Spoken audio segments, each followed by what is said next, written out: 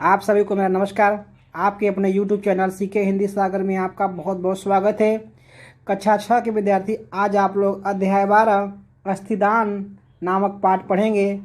चलते हैं, प्रारंभ करते हैं। प्राचीन युग में सुरों और असुरों में निरंतर संघर्ष चलता रहता था। कहने का मतलब, बहुत समय पहले देवता और राक्षस में हमेशा युद्ध होता रहता था। असुर जगत के प्राणियों को दुख दिया करते थे और सुर उन्हें सुख देने की चेष्टा करते थे। असुरों के एक दल के नेता का नाम वृत्तासुर, मतलब एक वृत्तासुर नामक राक्षस था, बहुत भयंकर था। यह दल बहुत शक्तिशाली और पराक्रमी था। वृत्तासुर और उसके साथी बहुत ही क्रूर स्वभाव के थे। उनका आतंक सभी देवताओं पर छाया हुआ था। जब वृत्तासुर से देवता बहुत घबराए तो उन्होंने निश्चय किया कि उसके त्रास से मुक्ति पाने के लिए ब्रह्मा जी से सलाह ली जाए। वे अपने राजा इंद्र के साथ ब्रह्मा जी के पास पहुँचे। कौन? सभी देवताओं का अभिवादन स्वीकार करने के पश्चात ब्रह्मा जी ने उनसे कुशल मंगल से पूछा। इस पर इंद्र बोले, पितामह, हम वृत्तासुर से त्रस्त हैं। अपनी प्राण रक्षा करना हमारे लिए कठिन हो रहा है। असुर न केवल हमसे अधिक बलवान हैं, अपितु यानी बल्कि चतुर भी अधिक हैं। हम एक शस्त्र बनाते हैं तो वे चार बना लेते हैं। हम उनसे पार नहीं पा रहे हैं। कृपा कर वृत्तासुर के विनाश का कोई उपाय बताएं। सभी देवता बोले ब्रह्मा जी से। ब्रह्मा जी बोले, विपत्ति में धैर्य नहीं खोना चाहिए, घबराओ नहीं, मैं वृत्तासुर के विनाश का उपाय बताता हूँ। यह सुनकर देवता उत्सुकता से ब्रह्मा जी की ओर देखने लगे। ब्रह्मा जी ने कहा, सरस्वती नदी के तट पर दधीचि नाम के ऋषि रहते हैं। तुम उनके पास जाओ, उन्हें अपनी समस्या बताओ और उनसे प्रार्थना करो कि वे अपनी अस्थियां दान में हमें दे दें। सूर्य चकित होकर बोले, मतलब देवता चकित होकर बोले, अस्थियों का क्या होगा? ब्रह्मा जी से बोले।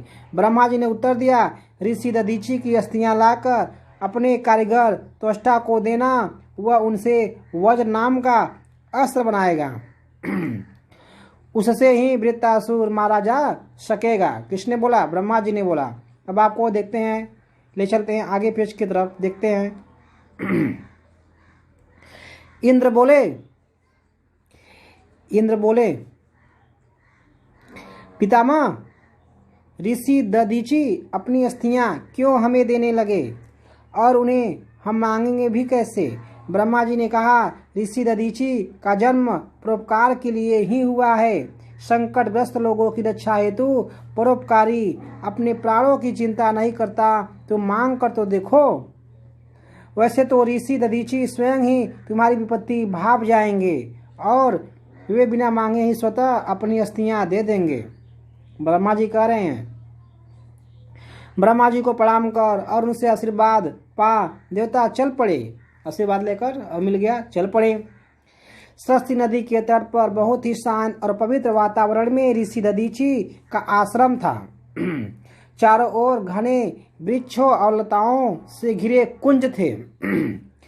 उनमें भांति भांति के पक्षी चहक रहे थे, फूलों पर भौरे गुंजार कर रहे थे। हिंसक पशुओं के साथ अहिंसक पशु तथा अपना स्वाभाविक वैर भूलकर परस्पर सौहार्दपूर्वक वहां रहते थे। एक मृगछौना के पैर में कुश की नोक घुस जाने से उसे घाव हो गया था। ऋषि दधीचि उस पर इंगूदी का तेल लगा रहे थे। उस समय देवता सूर्यवृंद यानी देवताओं का झुंड वहां आ पहुंचा। देवताओं को आया देख ऋषि प्रसन्न हुए और बोले, स्वागत, मेरे अहोभाग्य कि आपने इस कुटिया को पवित्र किया। आइए, पधारिए। दधीचि का तन मन आपकी सेवा में प्रस्तुत है। देखिए यहाँ पे यही है, महर्षि दधीची हैं और ये देवतागण हैं। अब आपको चलते हैं आगे पेज पर, मतलब इसी पेज के नीचे तरफ। इंद्र बोले, ऋषिवर आपके दर्शन पाकर हम धन्य हुए। आपके यश का सौरभ तीनों लोकों में फैला है। आपके परोपकार की गाथाएं गंधर्वगण भी गाते हैं। पाताल में नाग कन्याएं आपका गुणगान करती हैं। आगे ले चलते हैं आपको पेज पर लेकर। अपनी प्रशंसा से सकुचाकर ऋषि ने कहा, आपको अतिथि रूप में पाकर मैं धन्य हूँ। मुझ वनवासी का आतिथ्य ग्रहण कर कृतार्थ कीजिए और आश्रम में विश्राम करके इसे पवित्र कीजिए। निसंकोच आज्ञा दीजिए, मैं आपकी क्या सेवा कर सकता हूँ। कौन बोले? दधीची बोले। इंद्र बोले, भगवान वृत्तासुर के दल ने बहुत उत्पात मचा रखा है। उसकी नृशंसता के कारण चारों ओर त्राही मची हुई है। अकारण यानी बिना कारण का प्राणी वध करना उसका स्वभाव है। सुरों को यानी देवताओं को वह विशेष रूप से कष्ट दे रहा है। महर्षि, यदि वृत्तासुर जीवित रहा तो जगत का अंत समीप ही जानिए। देवताओं की यह करुण गाथा सुनकर ऋषि शोकाकुल हो उठे। कुछ क्षण मौन रहने के बाद वे गंभीर स्वर में बोले, यह तो अनर्थ हो रहा है। करुणा, परोपकार, सहानुभूति यही तो जीवन का सार है। कोई वृत्तासुर को समझा क्यों नहीं? कोई वृत्तासुर को समझाता क्यों नहीं? इंद्र बोले, सब उपाय करके देख लिया, अब कहीं उपाय शेष है। तो महर्षि बोले, वह क्या? ऋषि ने पूछा, वह क्या? वृत्तासुर का वध। देवता क्या बोले? वृत्तासुर का वध। ऋषि फिर मौन हो गए। कुछ देर आत्मचिंतन करने के बाद बोले, यदि संसार के हित के लिए एक वृत्तासुर को मारना पड़े तो वह धर्म है, अधर्म नहीं है, और यह कर्तव्य भी है। इंद्र ने कहा, यही तो हम चाहते हैं, पर आपके बिना यह संभव नहीं है। तो उन्होंने बोला, वह कैसे? आप हमें विजय का वरदान देने की कृपा करें। किसने बोले? देवता ने बोले। ऋषि खड़े हो गए। आशीर्वाद की मुद्रा में उन्होंने हाथ ऊपर उठाए और कहा, वृत्तासुर का नाश हो, असुरों पर सुरों की विजय प्राप्त हो।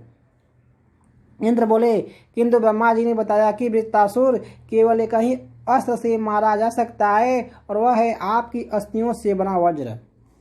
यह सुनना था कि ऋषि दधीची का रोम रोम पुलकित हो उठा, यानी खुश हो गए। उन्होंने दौड़कर इंद्र का आलिंगन कर लिया, यानी गले लगा लिया, और बोले, इतनी देर क्यों लगा दी देवराज? अब तक बताया क्यों नहीं? जगत की रक्षा के लिए मैं सहर्ष यानी खुशी के साथ प्रस्तुत हूँ। आज मेरा जीवन धन्य हुआ।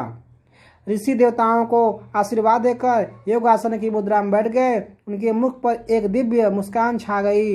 वे समाधिस्थ हो गए, यानी अपने प्राण को न्यौछावर कर दिए, मतलब लीन हो गए समाधि में। कुछ ही क्षणों में उस महान मानव ने परोपकार के लिए अपने प्राण विसर्जित कर दिए। उनकी अस्थियों से देवताओं ने वज्र बनाया, जिससे वृत्तासुर मारा गया और असुरों के अत्याचार से जगत की रक्षा हो सकी।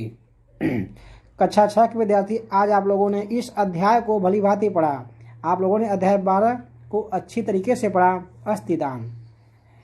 तो आप लोग यहाँ देख रहे हैं, कुछ यहाँ पे शब्दार्थ हैं जिससे आपको अपने उत्तर पुस्तिका लिखने होंगे। तो जल्द मिलते हैं अगले वीडियो में, तब तक के लिए बेस्ट ऑफ लक।